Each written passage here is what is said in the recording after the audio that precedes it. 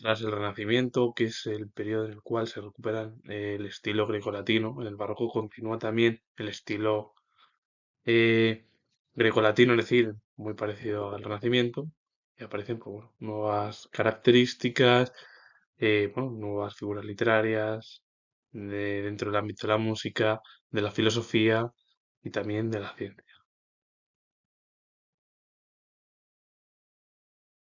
Se conoce con el nombre de barroco una etapa cultural de Occidente que abarcó el siglo XVII y parte del siglo XVIII. El barroco, en gran medida, fue una consecuencia de las luchas religiosas que habían dividido Europa. El enfrentamiento religioso provocó un cambio en la mentalidad, caracterizada por los sentimientos exaltados. La serenidad y el optimismo del Renacimiento fueron sustituidos por una visión más mística de la vida y menos optimista. Bueno, pues ya hay una gran diferencia. En el barroco se ve las luchas religiosas que dividieron Europa, que el enfrentamiento religioso provocó también un cambio en la mentalidad, caracterizada por los sentimientos exaltados. Esa serenidad y optimismo del Renacimiento quedaron sustituidos por una visión más mística de la vida y menos optimista en el barroco.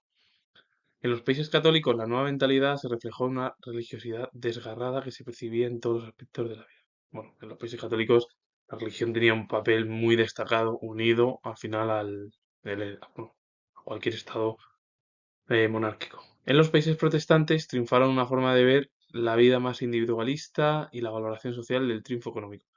En los países protestantes ya fue muy diferente, porque se ve además que ya ven la vida de una manera más individual, valoran mucho más, bueno, lo social en lo económico. No es como el aspecto católico, que ahí hay una visión desgarrada en torno a que la religión está por encima de muchas, bueno, de muchas estructuras de los estados monárquicos europeos. Bueno, pues en los países protestantes al revés, ya cada cual puede ser individualista y tener mayor importancia en el ámbito social dentro de la economía.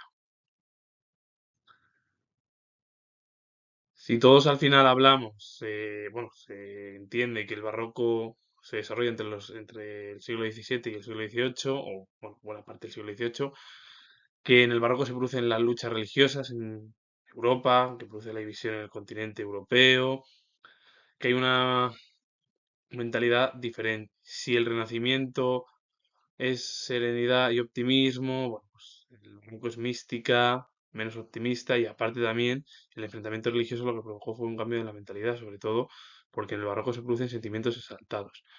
En los países católicos hay una gran fuerza por parte de lo religioso, a diferencia de los países protestantes, en el cual, bueno, pues ya hay según una vida individualista, la valoración social del triunfo económico, es decir, se da mayor importancia ya al individuo y en lo que consigue en la economía. En el barroco brillaron todas las ramas de la cultura. El arte barroco, igual que el renacentista, se inspiró en las formas clásicas, sin embargo, se dieron grandes diferencias. Los artistas barrocos querían representar la realidad tal como era, sin ocultar sus defectos y sin idealizarla. También deseaban despertar fuertes sentimientos en el espectador. Para ello realizaban obras llenas de movimiento y contrastes. Bueno, pues, el barroco en el ámbito artístico pues, es muy similar al renacentista porque coge la herencia clásica, es decir, grecolatina. Sin embargo, se dieron grandes diferencias. Los artistas barrocos querían representar la realidad tal y como era, sin ocultar sus defectos, sin idealizarla, es decir, que no fuera bueno, ideal. Y luego, claro, también lo que desearon los artistas barrocos era despertar fuertes sentimientos en el espectador, realizando obras que, bueno, a través de movimientos, contrastes, parecía que la obra que realizaban todos los artistas del barroco, pues tenía movimiento, muchas de las obras. La literatura alcanzó uno de sus momentos de esplendor, con autores como Shakespeare en Gran Bretaña o Molière en Francia, además figuras muy destacadas dentro del ámbito literario, pero en España, bueno, pues se vivió el siglo de oro y ahí destacaron figuras muy conocidas como Cervantes, Lope de Vega, Calderón de la Barca, Góngora, Quevedo, Tirso de Molina. Bueno, pues en cada, bueno, las principales figuras literarias destacaron en Gran Bretaña con Shakespeare, Molière Francia, o el siglo de oro español, en el cual destacaron, bueno, figuras literarias muy importantes como fueron Cervantes, Lope de Vega, Calderón de la Barca, Góngora, Tirso de Molina y Quevedo. La música también conoció un momento extraordinario con compositores como Vivaldi, Handel o Bach. En esta etapa se escribieron las primeras óperas. Bueno, pues al final músicos destacados, Vivaldi, Handel o Bach, y algo importante que en este periodo, en esta etapa, se escribieron las primeras óperas. Y en el campo filosófico también destacaron nuevos métodos de conocimiento, que eran consecuencia de los cambios que se habían producido en el Renacimiento. Los científicos y pensadores del Barroco defendían que la verdad podía alcanzarse a través de la experimentación, el empirismo y del uso de la razón, el racionalismo.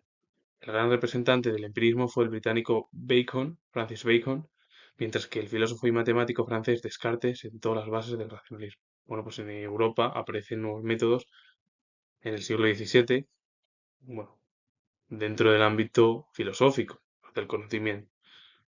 Y claro, como consecuencia de los cambios que se produjeron en el Renacimiento, los científicos y pensadores del barroco decidieron que la verdad podía alcanzarse a través de la experimentación, es decir, a través del empirismo o el uso de la razón, que es el racionalismo. Principales representantes de una corriente u otra, de la corriente del empirismo, pues, destacó Francis Bacon, el británico, o el francés Descartes, filósofo y matemático, también, que fue el que sentó las bases del racionalismo. Y luego de ahí vino pues esa disputa filosófica, aunque no es disputa, sino diferentes versiones en torno al empirismo o el racionalismo, por ejemplo, el racionalismo de Descartes, el empirismo que viene ya en la época, si es verdad, con Francis Bacon, que continúa con John Locke y bueno, la principal figura del empirismo fue David Hume. Los nuevos métodos de investigación dieron lugar a importantes descubrimientos. Los científicos más destacados fueron Galileo, Kepler y Newton. Galileo confirmó la teoría heliocéntrica de Copérnico, según la cual la Tierra giraba en torno al Sol, aunque la Iglesia Católica le obligó a renegar de sus descubrimientos. También logró avances en mecánica y enunció el principio de la inercia. Galileo confirmó la teoría heliocéntrica de Copérnico, en la cual la Tierra giraba en torno al Sol, el resto de los planetas giraban en torno al Sol, pero la Iglesia renegó de las ideas de Copérnico y también obligó a Galileo a que renegase de sus ideas porque la Iglesia Católica o la Iglesia sí, las instituciones eclesiásticas dejaron la teoría de Ptolomeo como fija, la Tierra era el centro del universo. Finalmente se dieron cuenta de que no, que el Sol era el centro del universo y el resto de planetas giraban en torno al astro solar. También Galileo descubrió avances en mecánica y enunció el principio de la inercia, como por qué se caen las cosas, etcétera, etcétera. Kepler formuló las leyes que rigen las órbitas de los planetas e introdujo el lenguaje matemático en la astronomía. Algo muy importante en Kepler es las leyes que rigen las órbitas de los planetas, cómo giran, cómo están, esas leyes cómo van para allá. Y luego el lenguaje matemático en la astronomía, introducirlo fue algo muy importante. Cómo el universo al final, con ese lenguaje se puede entender y explicar de una manera a lo mejor más sencilla al resto de la población. Newton estableció la ley de gravitación universal, que explicaba el movimiento de los planetas en el universo. También realizó investigaciones en óptica y formuló la teoría general de la luz. Algo muy importante en Newton, la gravitación universal, explicando el movimiento al final de los planetas en el universo, cómo los planetas se encuentran en el universo, cómo giran, qué es lo que realizan, tal. También realizó investigaciones en óptica y formuló la teoría general de la luz. Los gobiernos de algunos países promovieron la investigación y crearon academias de las ciencias con el objetivo de aplicar los descubrimientos a la mejora de la economía. Los gobiernos que hicieron, la gran mayoría que eran monárquicos o monarquías absolutistas, promover la investigación, creando academias de las ciencias con el objetivo de aplicar los descubrimientos para que la economía mejorase. Y luego, por ejemplo, un ejemplo en Francia, con el monarca Luis XIV, en la Academia de las Ciencias, durante el siglo XVII algunos gobiernos decidieron organizar instituciones oficiales para fomentar el desarrollo de las ciencias y aplicar los descubrimientos a la mejora de la producción económica y de la maquinaria militar. Claro, Galileo coge la teoría copernicana, en la cual el Sol es el centro del universo, el resto de planetas giran en torno al astro solar. La Iglesia lo reniega, lo renegó también a Copérnico y bueno, dejaron la teoría de Ptolomeo, la cual la Tierra era el centro del universo. Tal. Bueno, finalmente el Sol está en el centro del universo y el resto de planetas, junto con la Tierra, giran en torno al Sol. Bueno, también logró avances Galileo en mecánica y enunció el principio de la inercia. Kepler formuló las leyes que rigen las órbitas de los planetas e introdujo al final el lenguaje matemático de la astronomía, al final como las órbitas de los propios planetas, introduciendo el lenguaje matemático en la astronomía, pues para que sea mucho más sencillo y ameno para cualquier ciudadano que quiera entender el universo. Newton también estableció la ley de gravitación universal, cómo los planetas se mueven en el universo, ese movimiento que realizan. Luego también realizó algo muy importante en la óptica, en la visión, porque es algo muy importante para, sobre todo, sí, para los seres humanos, y formuló la teoría general de la luz. Si ven, si necesitan gafas, ¿no? Bueno, pues esas cosas. Y los gobiernos de algunos países promovieron la investigación y crearon academias de las ciencias con el objetivo de aplicar los descubrimientos a las mejoras de la economía.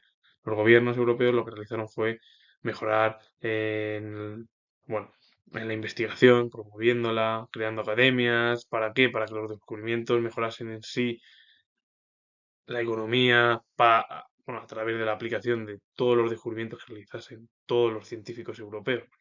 Pues el ejemplo al final es que algunos gobiernos, como pasó en Francia, lo que fomentaron fue el desarrollo de las ciencias y aplicar también los descubrimientos a la mejora de la producción económica y de la maquinaria militar.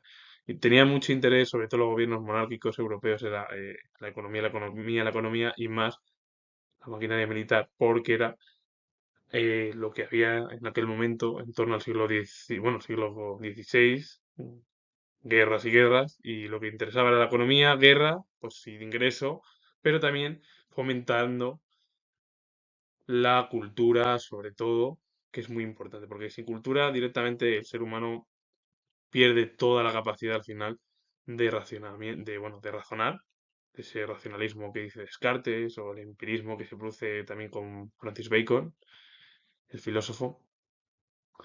Y bueno, es todo ello, al final esto es la evolución en diferentes etapas, algo muy importante. Y con ello finalizo y comento que tengo logrado historia. Si os ha gustado el vídeo, darle a like, suscribiros y poner comentarios. Saludos, adiós.